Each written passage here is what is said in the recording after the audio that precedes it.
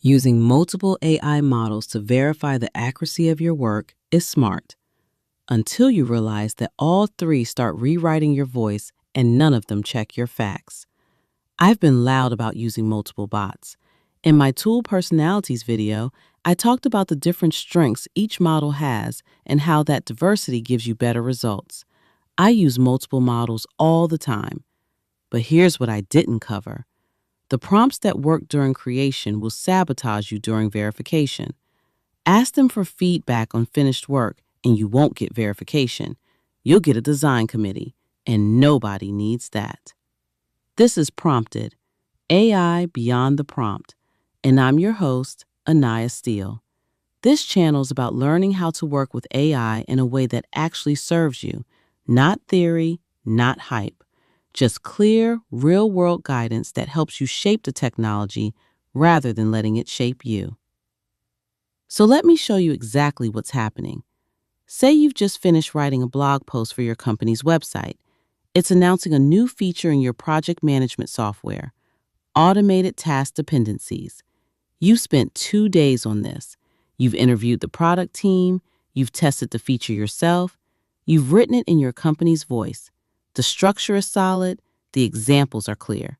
You're done. Now you want to verify it. You know one bot isn't enough, so you're going to use 3. You open ChatGPT and paste the blog post.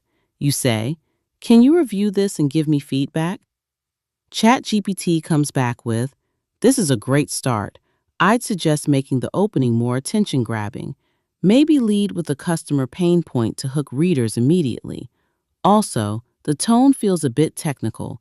Consider simplifying the language to appeal to a broader audience. And have you thought about adding a customer testimonial? Social proof would really strengthen this." I'm sorry, what? I didn't ask for a content marketing masterclass. I asked if the feature description was accurate.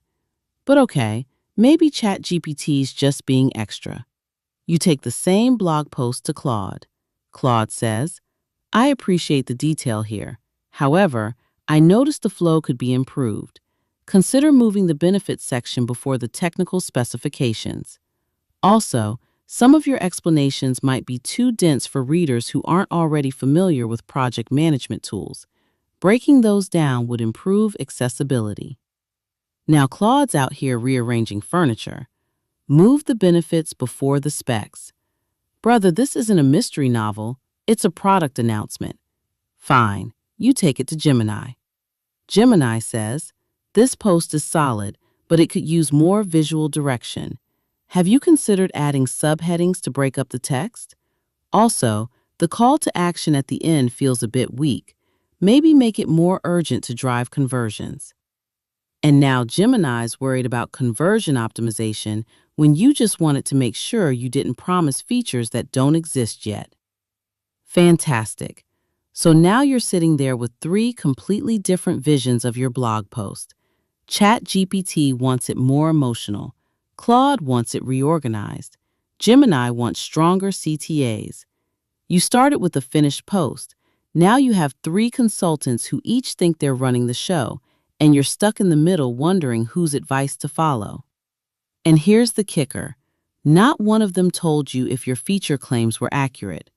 Not one of them caught the actual error sitting in paragraph 3, where you said the software integrates with 50-plus tools, when it actually integrates with 30-plus tools right now. You were thinking about the roadmap, but the blog post is publishing today. That's a factual error that could create customer expectations you can't meet. They were too busy optimizing your hook to check if your facts were solid. This is what happens when you ask AI for feedback during verification.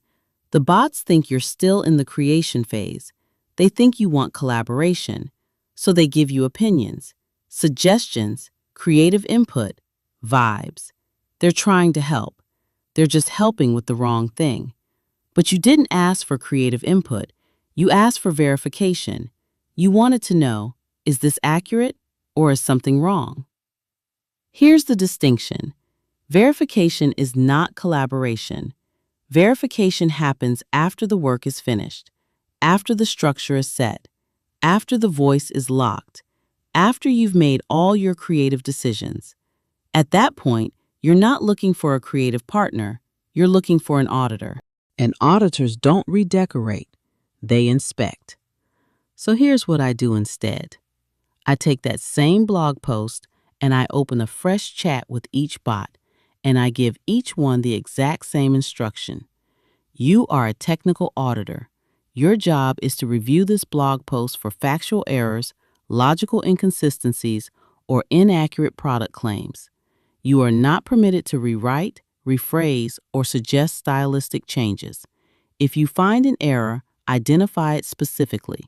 If you find no errors, respond only with "no errors found." Now, when I paste the blog post into ChatGPT with this auditor prompt, it doesn't try to make my opening more attention-grabbing. It doesn't suggest a testimonial. It says, in paragraph 3, you state that the software integrates with 50-plus tools. Based on the current feature set, the accurate number is 30-plus tools. This should be corrected to avoid creating inaccurate customer expectations. Thank you. That is an actual error. That is exactly what I needed to know. I paste the same blog post into Claude with the same auditor prompt. Claude says, "No errors found." Great. Moving on.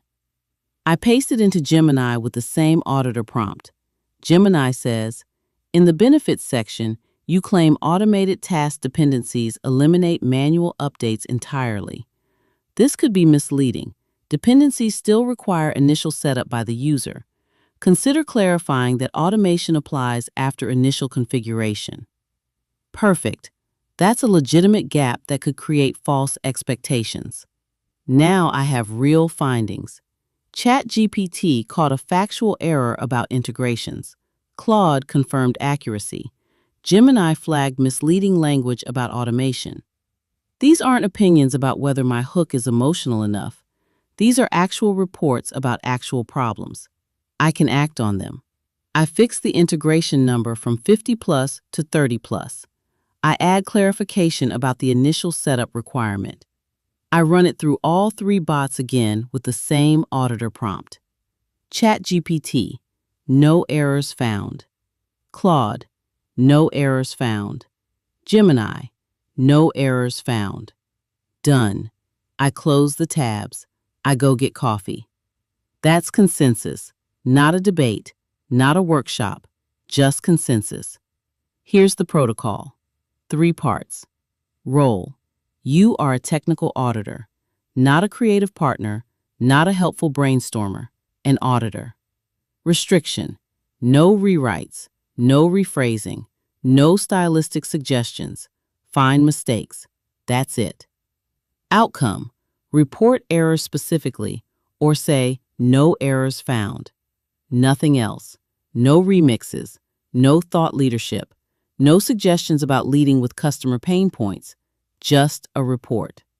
When you standardize this across multiple models, something shifts. You stop juggling opinions and start receiving findings. You're not chasing bots anymore. You're running the review. 3 models confirm accuracy and 1 flags an issue. You know exactly where to look. All say no errors found. You're done. Close the tabs. Walk away clean. Now, this process catches factual errors and logic gaps, but it doesn't replace having your product team or legal sign off on claims, especially when you're working with models that have web access or are connected to your internal docs. AI auditors complement that final human review. They don't replace it. This is how you use AI at scale without losing your voice or your mind. Efficiency with AI isn't about clever prompts. It's about boundaries. I've included my Auditor Mode master prompt in the description so you can apply this immediately to your own projects. Master your tools, or they will cheerfully consume your time suggesting testimonials nobody asked for. I'm Anaya Steele, and you've been prompted. Until next time.